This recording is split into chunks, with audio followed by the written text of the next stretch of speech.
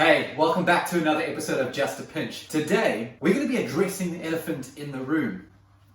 The KitchenAid. Yeah, that's right, we got one. And it's pink as well. Today we're going to be making pizza. At-home pizza is a fairly contentious issue.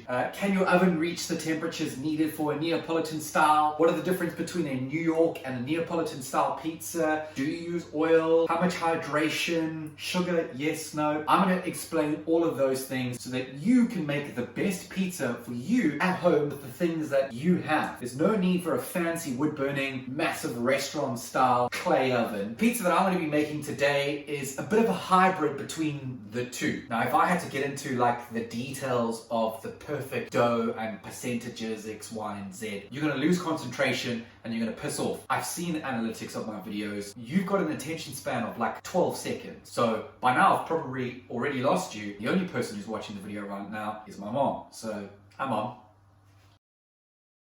Should we make some pizza? So in terms of ingredients, I've pre-measured them already, but essentially you've got flour, water, salt, yeast, oil, and sugar. And I'll explain why we're using the oil and the sugar a little bit later. But we need to see if our yeast is actually still alive. So I've got warm water in here. One would say tepid, perhaps. So it's not hot enough to burn me, but it's warmer than room temperature water. I've gone with 190 milliliters of water, 1 gram of active dry yeast. We just need to stir them up and let it rest for about 10 minutes, and then we'll check to see if there are some bubbles, which means our yeast is alive. If not, the yeast is dead. I've gone with 300 grams of 00 flour. Now, if you don't have 00 flour, that's not a problem. What you should be looking for is a flour with a high protein content. Bread flour will be absolutely adequate. Essentially, 00 flour has a high protein count, which means there is a lot of gluten inside,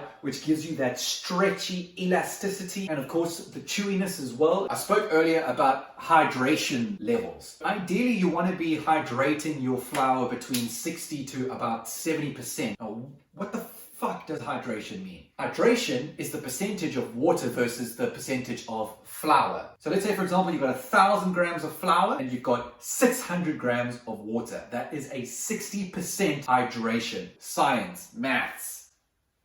You know what I'm saying? I could be a math tutor. So I'm going 63% hydration. The higher hydration, the more elasticity that you get, the more your dough rises. Because we do not have a wood-burning pizza oven inside the house, so that would be insane, we can't reach the temperatures that we can in that in a home oven. So we need as much assistance as we can. If I'm boring you, just let me know. I think the yeast might be dead. Shit. So let's add some of our dry ingredients to our flour. 7 grams of salt. I've got about equal parts sugar. There's probably a few Italian people watching this right now and go, no, what are you doing with sugar? The reason why we put in sugar, again, it's just to help with that brownie because the fact that we've got a home oven. It's one of the same reasons why we put in oil. Neapolitan style pizza has no oil. New York pizza, some would say yes. It's just about 2 teaspoons, so probably about 9 to 10 grams or mils. And all that's going to do is going to help crisp up the dough. I feel like there might be 1 or 2 bubbles. Yeah, let's chill out for a bit.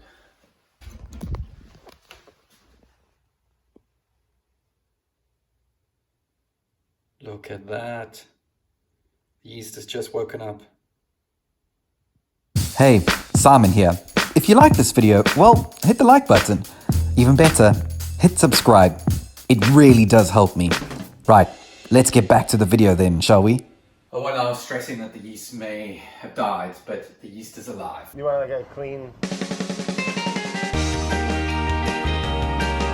Okay, so we're going to slowly incorporate our flour. Now what's going to happen is that the stand mixer, it's going to mix all those ingredients up nicely for us, and we're going to be left with a nice dough ball. So you want to turn it up and kind of be fairly aggressive with it because you want to stretch out and activate that gluten inside the dough ball so that we get that stretchy and chewiness. So we're going to actually just let that run for a few minutes.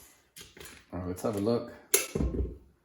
Yeah, I mean, it's looking good. So that's what our pizza dough looks like. It's just come out. It's quite stretchy. I probably should have floured my hands before. What I've done is I've just put in a couple of drizzles of olive oil and then just swipe the bottom of the bowl with the dough, flip it over. What you're doing is giving it a slight coat of olive oil so it doesn't form a skin and get dry, because we're going to ferment this. So that's what he looks like at the moment. So this makes 2 pizzas, by the way. We're going to cover him up. That's not a knife. This is a knife. We're going to put this into the fridge and let it ferment overnight. You can cold ferment it for 3 days, but I find that 24 hours at least minimum is going to work just fine. What do we need to see happen? This needs to double, almost triple in size and rise up and bubble and balloon. How does it do that? It's the yeast. But what yeast actually is, it's a bacteria, and it feeds and it eats and it digests all the carbohydrates in the flour and then essentially farts and shits it out, which basically fills up your dough full of air. Ew. Fargo. That's what causes dough to rise, is yeast farts. It's the same process when you have been making pineapple beer at home. Your yeast is converting all of those sugars from the pineapple in that 5-litre bucket that you've got outside into alcohol. So it's the same process.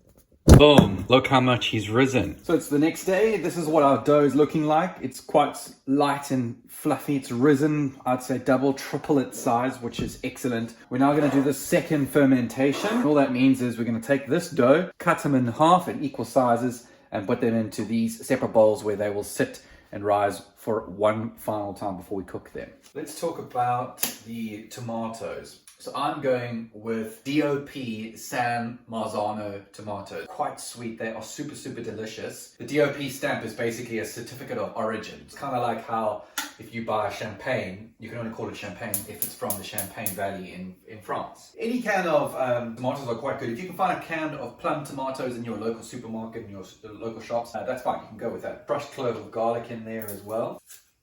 A little bit of oregano. Bring this up to a gentle simmer. Slightly reduce it a little bit. Get your oven rip-roaring hot. Actually, I'm going to cook the pizza in this cast iron pan on the stove for a few minutes, just so that we can get as much of a crust development on the bottom. We'll then put this cast iron pan into the oven. Got the heat from the cast iron underneath, and then obviously the grill on top. It's just the best that we can do in a home oven setting.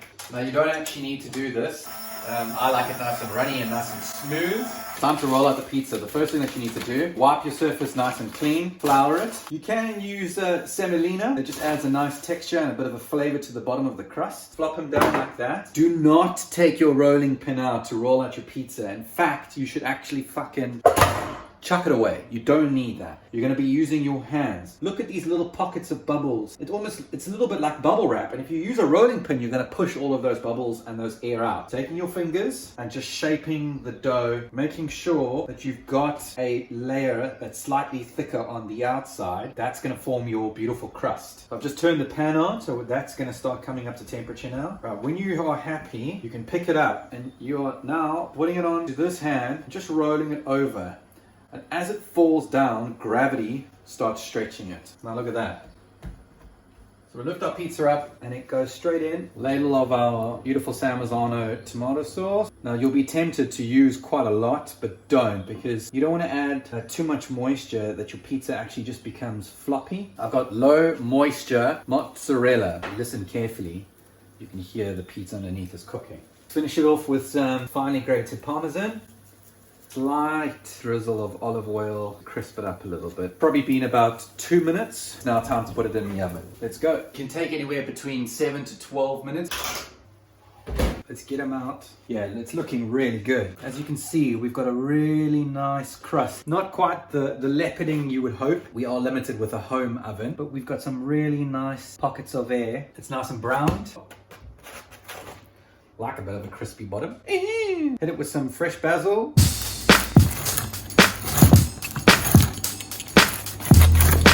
you look here, see all those little bubbles and little pockets of air? You can see them all along the bottom there. That's the yeast and the bacteria digesting all of the carbs and farting out gas. So let's have a look at the structure. So if we hold it in our two hands like that, we have a tiny little bit of droop, not a lot. So Neapolitan style, you'd probably find it'll do that. Thin, very chewy. New York style, slightly a crispier bottom. So as you can see, it's a bit of a hybrid pizza that we've made. One bite, everybody knows the rules. All right, Frankie, pizza review time. One bite, everybody knows the rules.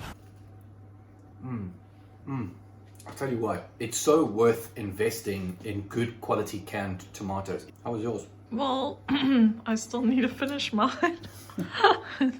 Hurry up. Okay, can I go finish mine now? Yeah. Oh, jeez.